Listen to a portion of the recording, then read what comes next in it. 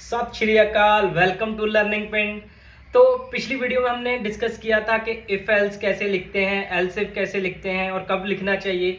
तो conditional statement के addition में ही हम आज बात करेंगे टर्नरी ऑपरेटर के बारे में, स्विच केस के बारे में।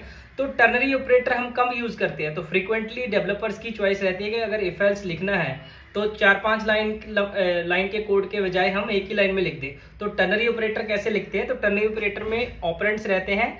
तो फर्स्ट ऑपरेंड जो हम लिखते हैं, फॉर एग्जांपल मैं केस लेता हूँ कि इफ़ ए की वैल्यू है इज इक्वल टू 2, देन हम क्या करें, ऊपर एक मैं लेट करके नेम ले लेता हूँ।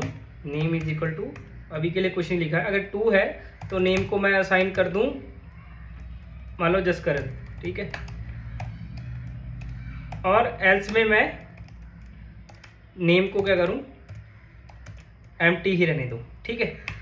तो ये अभी अगर आपने देखो कि 4-5 लाइन का कोड बन गया है, तो डेवलपर्स इसको शॉर्ट हैंड लिखने के लिए उनकी फर्स्ट चॉइस रहती है टर्नरी ऑपरेटर। तो टर्नरी ऑपरेटर कैसे लिखते हैं? सिंपल एक लाइन में हो जाएगा, नेम इज इक्वल टू, तो पहला जो ऑपरेंड आएगा वो रहेगा कंडीशन, ठीक है। तो कंडीशन क्या है? जिसको चेक करके हमारा कंडीशन चले और हमारा कोड रन हो।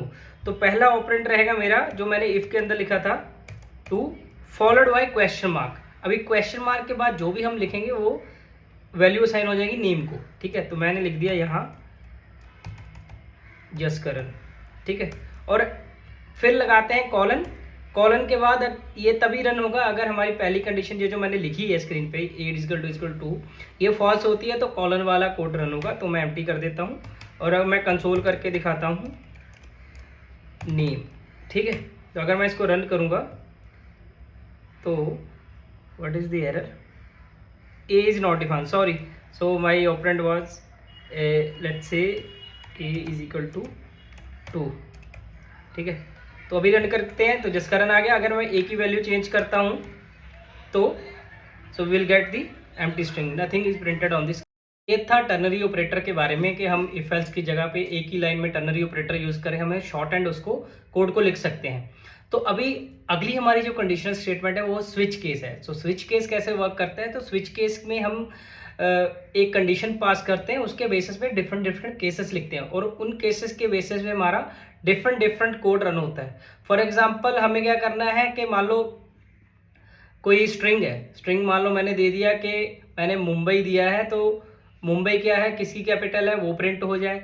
अगर मैंने दे दिया दिल्ली, दिल्ली किसकी कैपिटल है, वो कर दे। तो ये हमारे बहुत सारे केसेस बन जाएंगे। तो ऐसी कंडीशन को हैंडल करने के लिए फिर हम क्या करते हैं, स्विच केस यूज करते हैं। स्क्रीन में आपको लिख के दिखाता हूँ। स्विच केस का जो सिंटेक्स है बहुत ही सिंपल है। स्विच लिखना है अपने को, स्विच, और उसके अंदर एक्सप्रेशन पास करना है, जो स्ट्रिंग हो सकता है, कोई कंडीशन हो सकती है, कोई नंबर हो सकता है, ठीक है। तो अभी के लिए मैं स्ट्रिंग पास कर देता हूँ यहाँ पे, मान लो मुंबई, ठीक है।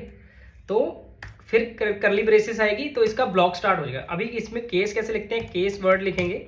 अब केस के आगे हम लिखते हैं कंडीशन, जो केस बन जाए। तो अभी के लिए मैंने लिख दिया अगर मुंबई आया तो उसके बाद followed by colon and enter करके हमें यहाँ पे लिखना है कि क्या प्रिंट हो, ठीक है। तो मैं लिख देता हूँ कंसोल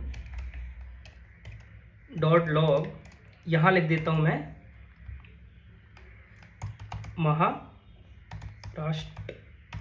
महाराष्ट्र,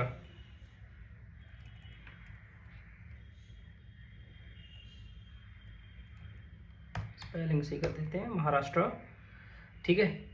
और इसके बाद हमें ब्रेक करना पड़ता है कि स्विच केस हमारा ब्रेक हो जाए, पूरा स्विच केस रन ना हो और इसके बाहर हमारी एग्जीक्यूशन चले जाए। तो यहाँ पे ब्रेक कीवर्ड लिखना पड़ता है, ठीक है, break and then semi. And इसके बाद हम डिफरेंट केसेस बना सकते हैं। तो लेट्स से दिल्ली बना दिया अभी, ठीक है, दिल्ली में कुछ कंसोल कर दिया और डॉट लॉग कर दिया। तो मान लो अगर ये हमारा लास्ट केस है तो इसमें हमें ब्रेक कीवर्ड लिखने की ज़रूरत नहीं है, ठीक है। तो इसमें हम कंसोल कर देते हैं इंडिया, ठीक है।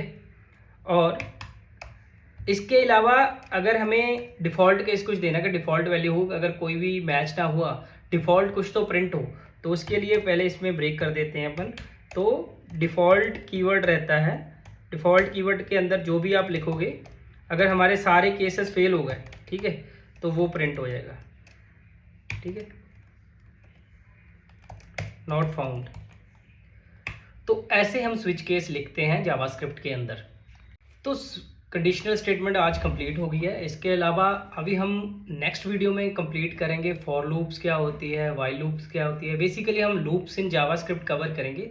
Till that time happy coding at code लिखते रहो। Thank you for watching.